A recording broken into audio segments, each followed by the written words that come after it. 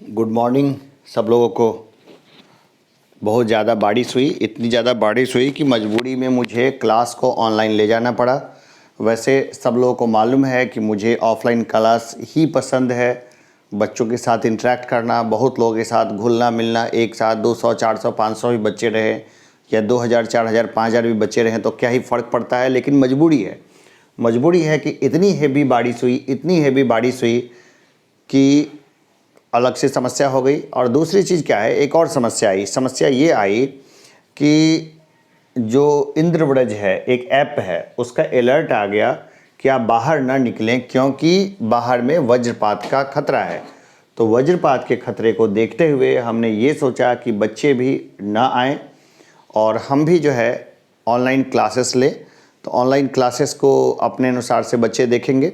वैसे मैं बता दूं कि अगर कोई मोबाइल चलाता है और बातचीत करता है तो उसके ऊपर बिजली गिरने की संभावनाएं बहुत कम होती है। फिर भी बारिश के मौसम में फ़ोन कॉल्स उठाने से बचना चाहिए क्योंकि संभावना तो होती है, भले कम ही क्यों नहीं होती है। तो हम लोग क्या है, संभावनाओं को, जिसमें कि आपदा हो, उसको हम लोग क्या करेंगे, शून्य करने की कोशिश करेंगे। तो चलते हैं कोऑर्डिनेट ज्योमेट्री को।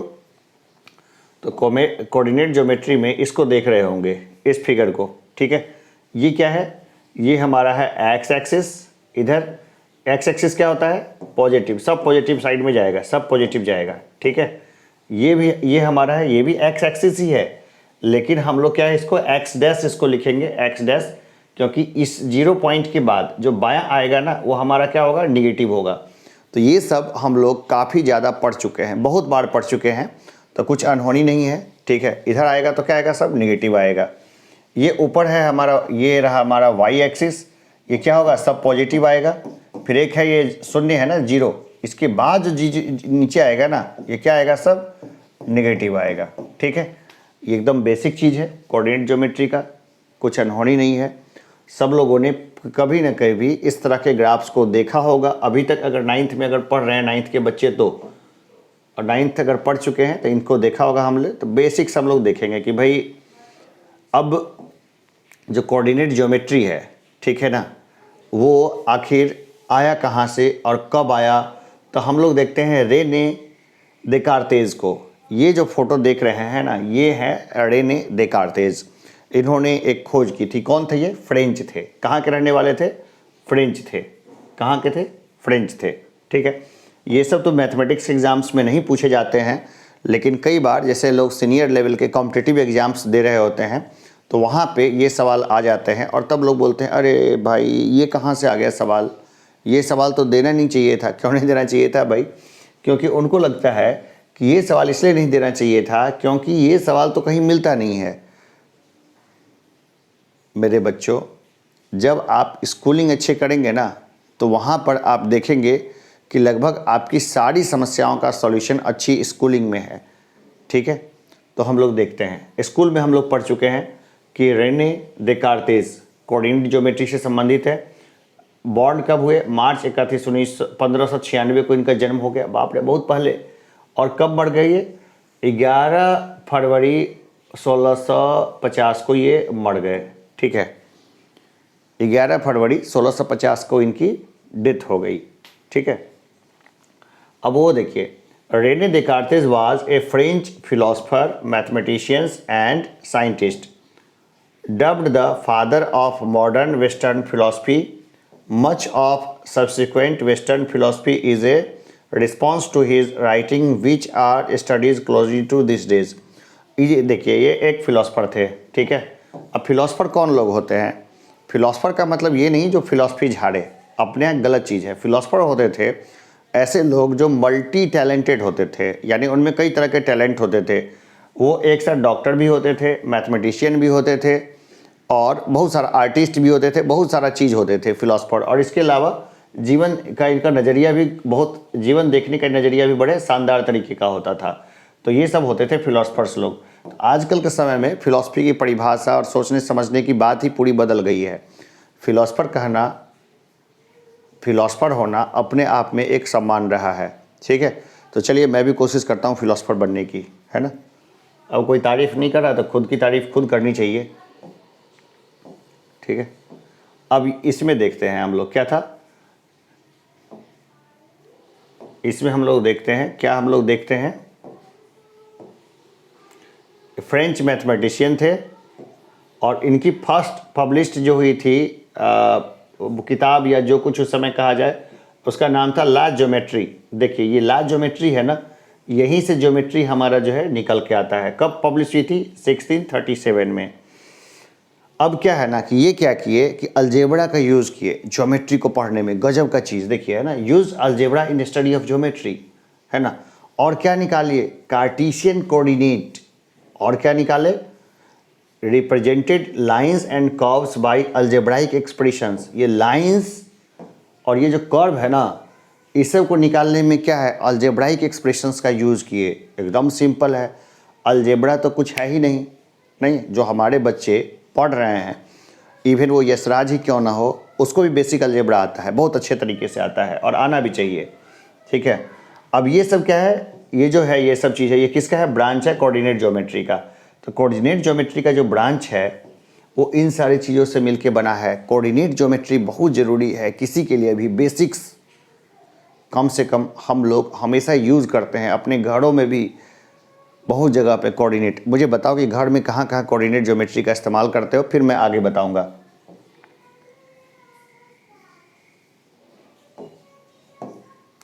अब देखो ये हमारा जो है कार्टेशियन ज्योमेट्री का हमारा दिखाई दे रहा है। ये क्या है? कार्टेशियन कोऑर्डिनेट्स, है ना। इसको एक ग्राफ के फॉर्म में हमने लिखा है। ये हमारा जो है इसको हम लोग क्या लिखते हैं? एक्स वाई फॉर्म में। और ये कितना हो गया? 5 और 4। कैसे? ये कहाँ पर है? 5 पर है, ठीक है। तो एक्स हमारा क्या हो गया? 5, और ये यहाँ पर क्या है? 4 पे है। तो वाई हमारा कितना हो गया? 4। स्पष्ट दिख रहा होगा, उम्मीद है कि साफ साफ दिख रहा होगा, लगभग साफ दिख ही रहा है, कोई इसमें दिक्कत नहीं है, ठीक है। थोड़ा बहुत दिक्कत होगा तो मैं लिख देता हूँ, जैसे कि ये है 1, ये 2, ये 3, ये 4 और ये 5। इधर भी 1, ये 2, ये 3, ये 4 और ये है 5, ठीक है। अब एक्स वाई जो है ना, हमें ये पॉइंट पता करना था कि ये पॉइंट कहाँ पर है, ठीक है। ये पॉइंट कहाँ पर है? दरअसल पूरी पृथ्वी पे हर चीज़ का नामकरण नहीं हुआ है, तो हम लोगों ने क्या किया, पूरी पृथ्वी पर इसी तरह का ग्राफ जैसा खींच रखा है एकदम पूरा। जैसे अभी लेटेस्ट में एक पनडुब्बी डूब गई, तो कहाँ डूबी? तो कोई जगह तो है नहीं, तो ये जो लाइंस है ना, इसके जरिए हम इसकी लोकेशन को फाइंड आउट करेंगे कि यहाँ डूब गई है, मान लेते हैं। तो ये कौन सी जगह है? तो ये हमारे एक्स एक्सिस पे है, तो ये है 5वीं जगह पे, और वाई एक्सिस के अकॉर्डिंग ये 4 जगह पर है। तो हम लोग इसको एक्स वाई वाई को 5 और 4 से इसको रिप्रेजेंट करेंगे, ठीक है। एकदम सिंपल है, कोई इसमें दिक्कत नहीं है, ठीक है, ये आसान है। तो अब हम लोग देखते हैं, the position of a point in a plane is determined with reference to two fixed mutually perpendicular lines called coordinate axis, ठीक है। दो म्यूचुअली परपेंडिकुलर यानी कि 90 डिग्री का कोण बनाता हुआ, दो क्या है? म्यूचुअली परपेंडिकुलर है, एक दूसरे के ऊपर क्या है? ये परपेंडिकुलर है। ये लाइंस के जरिए हम लोग क्या पता करते हैं कि कोई जो दो फिक्स पॉइंट के जरिए हम लोग पता करते हैं किसी चीज़ की पोजीशन, ठीक है। ये देखिए यहाँ से इस पोजीशन पे ये जाएगी। हम लोग निगेटिव में भी पता कर सकते हैं, पॉजिटिव में भी पता कर सकते हैं और बड़े आराम से कर सकते हैं, और यही हम लोग करने वाले हैं। तो यही हम लोग करेंगे। ये इतना आसान है कि एक छोटा बच्चा भी बहुत आराम से इन सब चीज़ों को सीख सकता है, इसमें कोई दिक्कत वाली बात नहीं है, बहुत आराम से। कोऑर्डिनेट ज्योमेट्री का पार्ट है। कोऑर्डिनेट ज्योमेट्री एक फिलोसफर ने शुरू किया था और बहुत अच्छे तरीके से इसको अच्छे स्टेज में वो लेकर के गए। सारी थ्योरी उन्होंने दे दी थी। कौन सी शताब्दी में? 16वीं सेंचुरी में, 16वीं शताब्दी में। अब देखिए ये है हमारी 21वीं शताब्दी, और इसमें हम लोग 16वीं शताब्दी के साइंटिस्ट का जो है वो सारा मसला पढ़ रहे हैं। तो भाई क्यों? क्योंकि उस समय उन्होंने जो बढ़िया चीज़, जो लाइफ टाइम अपनी जो विद्या जिस व्यक्ति ने दी, उसको आज हम लोग एक चैप्टर के रूप में पढ़ लेते हैं स्कूल के टाइम में ही। सोचिए इसके कितने बेनिफिट्स हैं हमारे मानव सभ्यता में। आगे हम लोग बढ़े, अब हम लोग देखते हैं क्या है। इसके 2 एक्सिस होते हैं, ठीक है। इसके कितने एक्सिस होते हैं? 2 एक्सिस, एक एक्स एक्सिस, एक वाई एक्सिस, ठीक है। ये वाला देख रहे हैं, ये हमारा कौन सा है? एक्स एक्सिस है, ठीक है। तो इसको एक्स और एक्स डैश से दिखाते हैं। देखिए ये जो है ये हमारा क्या है? एक्स एक्सिस है, ठीक है। और ये हमारा जो है क्या होगा, एक्स डैश एक्सिस हो जाएगा। ये बीच में जीरो है ना, जीरो, ठीक है। तो जीरो से इधर पॉजिटिव इधर निगेटिव, ये एक्स एक्सिस है। उसी तरह हम लोग देखते हैं ये क्या है, वाई एक्सिस है, ये जीरो आ गया, ठीक है। जीरो से नीचे वाई डैश हम लोग लिख लेते हैं और ऊपर हमारा एक्स डैश हो जाता है। कितना आसान है, कोऑर्डिनेट में तो कोई जान ही नहीं है क्या जान? बहुत आसानी से हम लोग इसको पढ़ सकते हैं, सीख सकते हैं, ठीक है। वाई एक्सिस, एक्स एक्सिस, कितने एक्सिस होते हैं, दो एक्सिस होते हैं, ठीक है। इसके बाद हम लोग आगे अगर हम लोग देखें तो एक्स एक्सिस और x dash axis, y axis और वाई डैश एक्सिस, इसको इस तरह से लिख सकते हैं, ठीक है। तो लाइन जो है एक्स डैश हो गया, एक्स एक्सिस, ये पूरा का पूरा x axis. Line y dash कितना हो गया, वाई एक्सिस हो गया। और इन दोनों को जो कट करता है लाइन, ठीक है, इन दोनों को जो कट करता है आपस में, जो इनको जो काट देता है लाइन, आपस में जो इसको कट करता है ये और ये लाइन को, ये कितना हो गया, जीरो, ओरिजिन, ठीक है। तो इसको ओरिजिन ओ से हम लोग दिखाते हैं, क्यों? क्योंकि इसको कट करता है। कितना सिंपल है, इतना ही तो है कोऑर्डिनेट, और क्या है, कोई जान है क्या इसमें? बेसिक्स क्लियर रहेंगे, सारे सवाल बनेंगे, ठीक है। अब इसका क्वाड्रेंट को हम लोग देखते हैं। क्वाड्रेंट जो है ट्रिगोनोमेट्री में हम लोग पढ़ चुके होते हैं, बहुत सारे स्टूडेंट्स नहीं पढ़ा क्वाड्रेंट, तो मैं क्वाड्रेंट को एक बार सेपरेट चैप्टर के रूप में पढ़ाऊंगा, क्योंकि क्वाड्रेंट बहुत ज़रूरी है, खास करके ट्रिगोनोमेट्रिक फंक्शंस निकालने के लिए, ट्रिगोनोमेट्री को बनाने के लिए।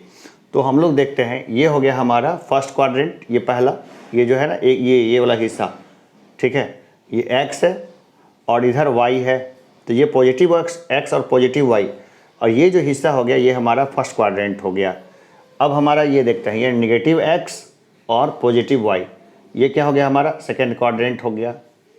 अब हम फिर देखते हैं, ये हमारा निगेटिव क्या है, ये क्षेत्र है वाई का, और निगेटिव क्षेत्र है एक्स का, और ये हमारा हो गया थर्ड क्वाड्रेंट।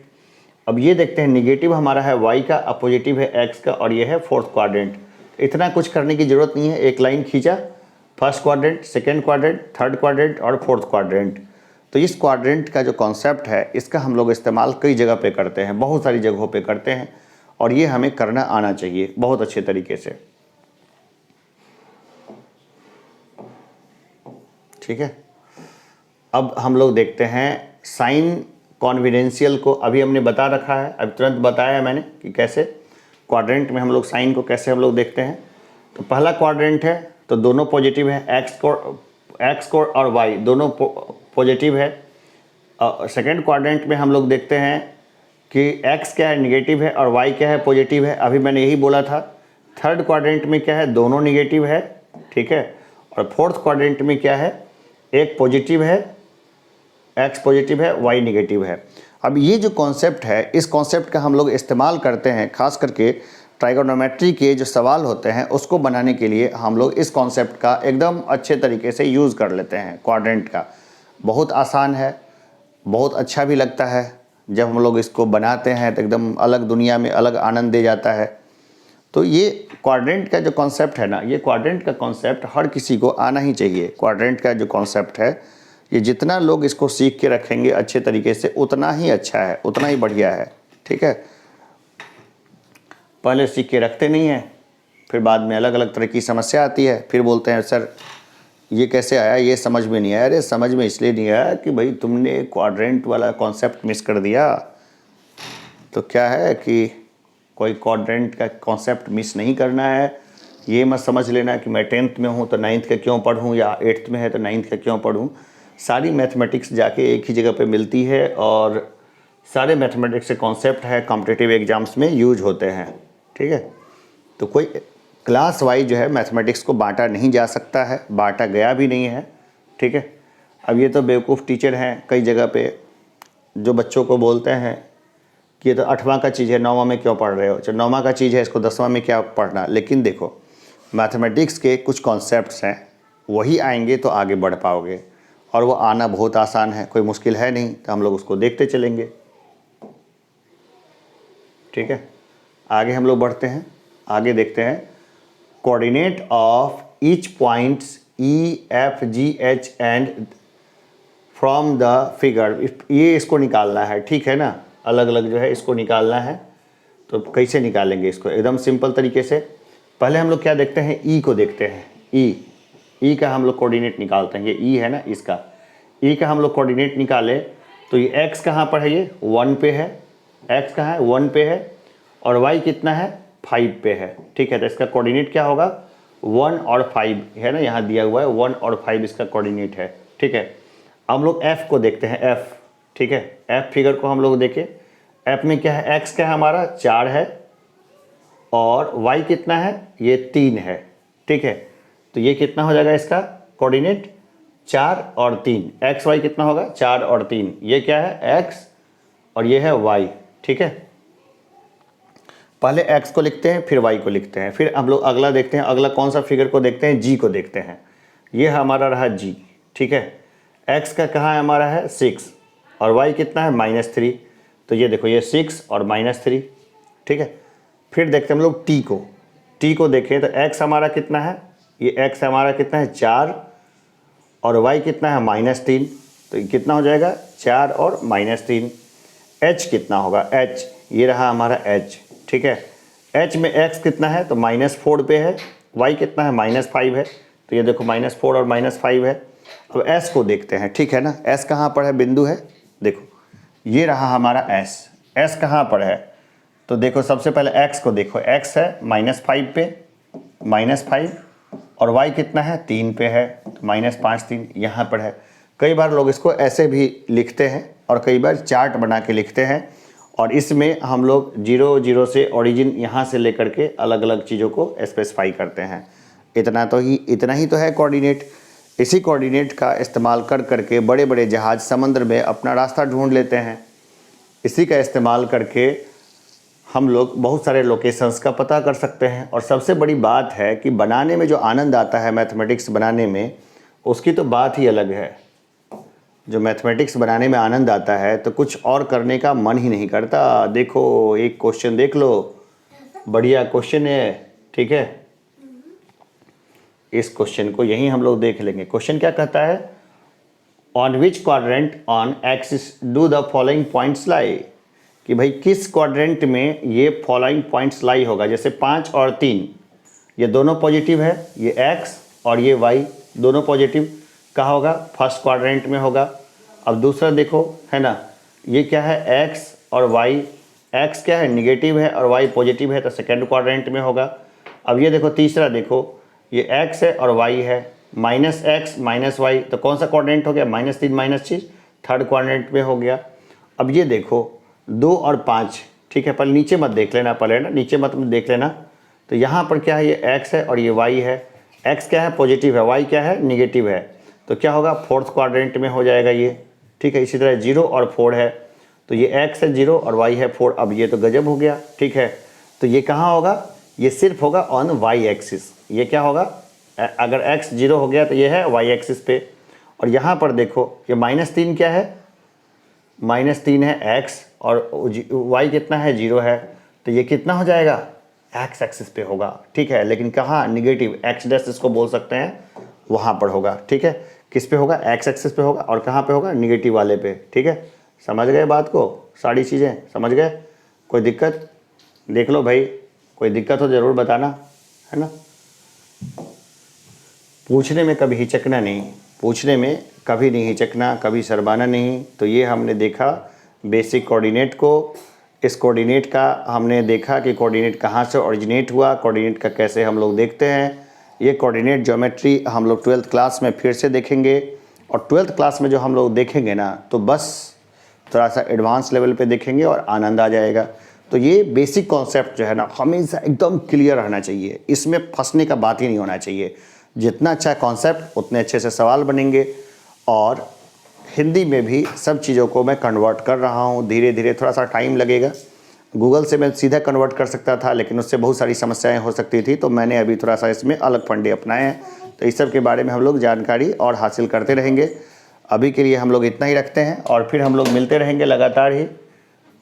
एक छोटे से ब्रेक के बाद फिर से हाजिर होते हैं।